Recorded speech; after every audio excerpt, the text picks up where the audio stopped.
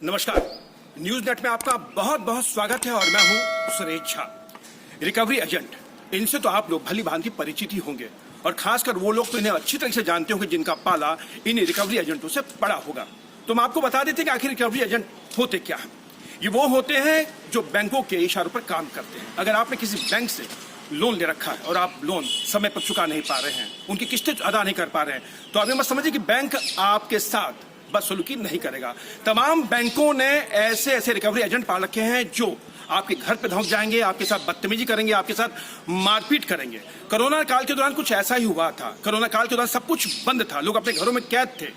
ऐसे में सबसे बड़ी मार उन बैंकों पर थी जिन बैंकों से जिन लोगों ने लोन ले रखा था और जो लोग नहीं उतार पा रहे थे।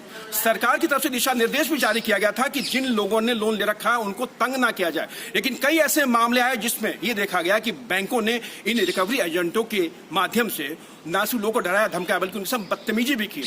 इसी को लेकर सुप्रीम कोर्ट में याचिका डाली गई थी जिसमें कहा गया था कि मिलॉर्ड, आप इस पर दिशा निर्देश तय करिए, देखिए कि रिकवरी एजेंट किस तरीके से लोगों के साथ बदसलूकी करते हैं, बल का प्रयोग करते हैं। लेकिन सुप्रीम कोर्ट ने दो टूक कह दिया कि इस पर हम कुछ भी दिशा निर्देश जारी नहीं कर सकते हैं।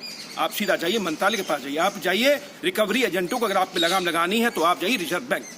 आज इन्हीं विषय पर हमारे साथ बातचीत करने के लिए मौजूद है सुप्रीम कोर्ट के एडवोकेट है विजय लक्ष्मी झा। इनसे बातचीत करते हैं। मैम, क्या कहेंगी, ये रिकवरी एजेंट कितने बड़े हमारे लिए एक कह सकते हैं कि बल का प्रयोग करते हैं, बदतमीजी करते लोगों के साथ, जो लोग बैंक का लोन नहीं चुका पाते, तो क्या कहेंगे, क्या सुप्रीम कोर्ट पे ध्यान नहीं देना चाहिए था? जी बिल्कुल, देखिए सुप्रीम कोर्ट को थोड़ा सा इस पर ध्यान देना चाहिए था। हालांकि उन्होंने पिटीशन को रिजेक्ट कर दिया, डिसमिस कर दिया है। और अभी पेंडेमिक टाइम था, लॉकडाउन है, अभी भी चल ही रहा है। कोरोना का असर अभी पूरी तरह से खत्म नहीं हुआ है। लोगों का काम अभी एक साल से जो बंद पड़ा था वो वापस से प्लेटफॉर्म पे नहीं आया है। तो वो जो इनकम सोर्स उनका बिफोर लॉकडाउन, बिफोर कोरोना था, वो अभी वैसा नहीं प्लेटफॉर्म पे नहीं आया है, तो उस ट्रैक पे अभी नहीं है। तो थोड़ा कहीं ना कहीं लाइवलीहुड पे फर्क पड़ा ही है।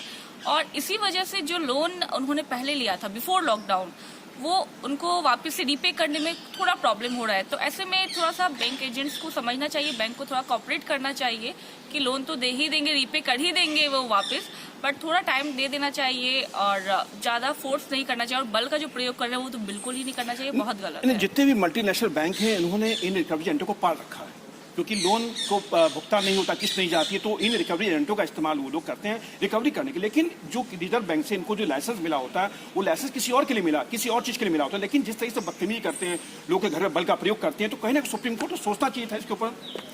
बिल्कुल, सुप्रीम कोर्ट को सोचना चाहिए था। और क्योंकि सुप्रीम कोर्ट एपेक्स कोर्ट है इंडिया का, तो उनके हाथ में था, वो चाहते तो कर सकते थे, लेकिन उन्होंने डिसमिस कर दिया। एटलीस्ट वो कुछ गाइडलाइंस अगर फ्रेम कर देते तो भी काफ़ी बेटर होता, कस्टमर्स के लिए बहुत ज़्यादा कन्वीनियंट होता उनके लिए। बट सुप्रीम कोर्ट डिसमिस कर दिए, ये कहते हुए कि आप एक प्रॉपर डिपार्टमेंट में आप जाके अप्रोच कीजिए।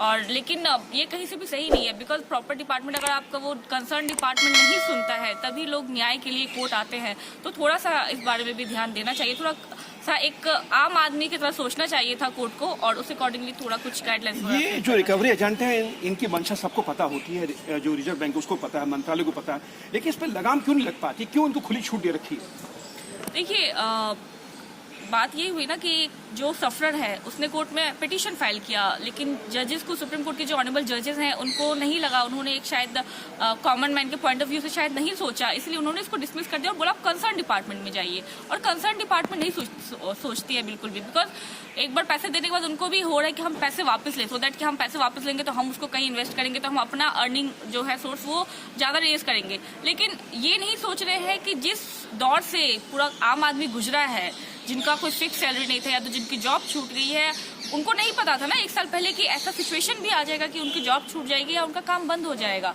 उन्होंने तो अपना पहले इनकम के सोर्स के अकॉर्डिंगली लोन लिया था। तो अब लेकिन ऐसा सिचुएशन आ गया जो कि एक अनएक्सपेक्टेड सिचुएशन थी, अनफोर्सीन सिचुएशन थी सबके लिए।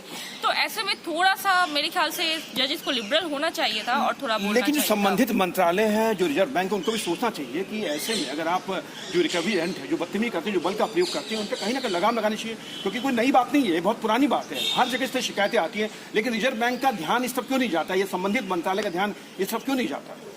देखिए आरबीआई, मैंने आपको बोला ना कि जब पैसा लेने की बारी आती है तो वो लोग नहीं सोचते हैं, एक आम आदमी के पॉइंट ऑफ व्यू से नहीं सोचते हैं। लेकिन हाँ, सोचना चाहिए, ये बहुत गलत है, बल का प्रयोग नहीं करना चाहिए। और अभी ही नहीं, जब भी स्टार्टिंग से है, जब भी कोई लोन लेता है तो थोड़ा सा कुछ ना गाइडलाइंस जो है वो आरबीआई को भी, इवन कोर्ट को भी, और जो वित्त मंत्रालय, फाइनेंस मिनिस्ट्री है, उन सबको भी एक प्रॉपर गाइडलाइंस फ्रेम करना चाहिए रिकवरी एजेंट्स के लिए, बैंक्स के लिए, और हर एक कस्टमर के लिए जो लोन ले रहा है। और अगर कुछ अनफोर्सिंग सिचुएशन आती है या कुछ ऐसा होता है कि वो नहीं पे कर पा रहे हैं, तो ऐसे में क्या करना चाहिए? बिकॉज अगर हम बल का प्रयोग कर रहे हैं और मारपीट कर रहे हैं, जबरदस्ती कर रहे हैं, तो वो मेरे ख्याल से कोई सोल्यूशन नहीं है पैसा निकलवाने का। लेकिन क्या इनके खिलाफ कार्रवाई नहीं होनी चाहिए, कानूनी कार्रवाई नहीं होनी चाहिए जो रिकवरी एजेंट होते हैं जो इस तरह की हरकत करते हैं? देखिए, अगर बल का प्रयोग किया है तो डेफिनेटली कार्रवाई होनी चाहिए। लेकिन जो एक हम नहीं बोल सकते कि फिजिकली ही अगर टॉर्चर कर रहे हैं, लेकिन अगर मेंटल टॉर्चर है तो उसका सब कुछ होता है, मेंटली भी, फिजिकली भी, सब कुछ होता है। एग्जैक्टली। तो फिजिकल टॉर्चर का तो हम बोल सकते हैं कि पुलिस में शिकायत कर सकते हैं कि इन्होंने हमें फिजिकल टॉर्चर किया है, इन्होंने हमें मारा पीटा है।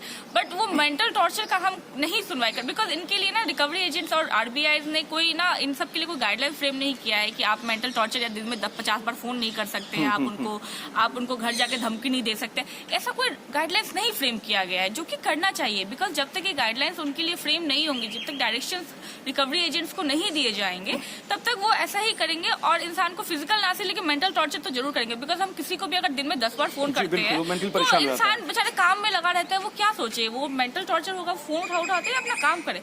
तो थोड़ा सा गाइडलाइंस देना चाहिए, तभी जो है कस्टमर्स को काफी कन्वीनियंट होगा। चलिए, आपका बहुत धन्यवाद। ये थी सुप्रीम कोर्ट के एडवोकेट विजय लक्ष्मी झा जो हमारे साथ बातचीत कर रही थी। रिकवरी एजेंट की किस्सा कोई नया नहीं, पुराना किस्सा है।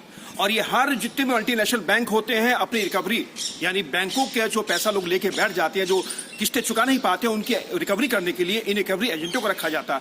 और रिकवरी एजेंट जो होते हैं बदमाश होते हैं, ये छठे बदमाश होते हैं। इनका सीधे सीधे ये ना सिर्फ मेंटली परेशान करते बल्कि बल का प्रयोग भी करते हैं। और इन सब दुविधाओं को लेकर, इन सब चीजों को लेकर सुप्रीम कोर्ट से गुहार की गई थी, लेकिन सुप्रीम कोर्ट ने सीधे से इस पर सुनवाई करने से इनकार कर दिया कि आप सीधे से जाइए, आप संबंधित मंत्रालय में जाइए या फिर आप जाइए रिजर्व बैंक में। लेकिन कहीं ना कहीं इन रिकवरी एजेंटों के खिलाफ सरकार को कोई ना कोई सख्त निर्देश, दिशा निर्देश निकालना ही पड़ेगा, तभी जाके इन रिकवरी एजेंटों पर लगाम लगाई जा सकती है। कैमरा पर्सन राहुल के साथ सुरेश झा, न्यूज़ नेट, दिल्ली।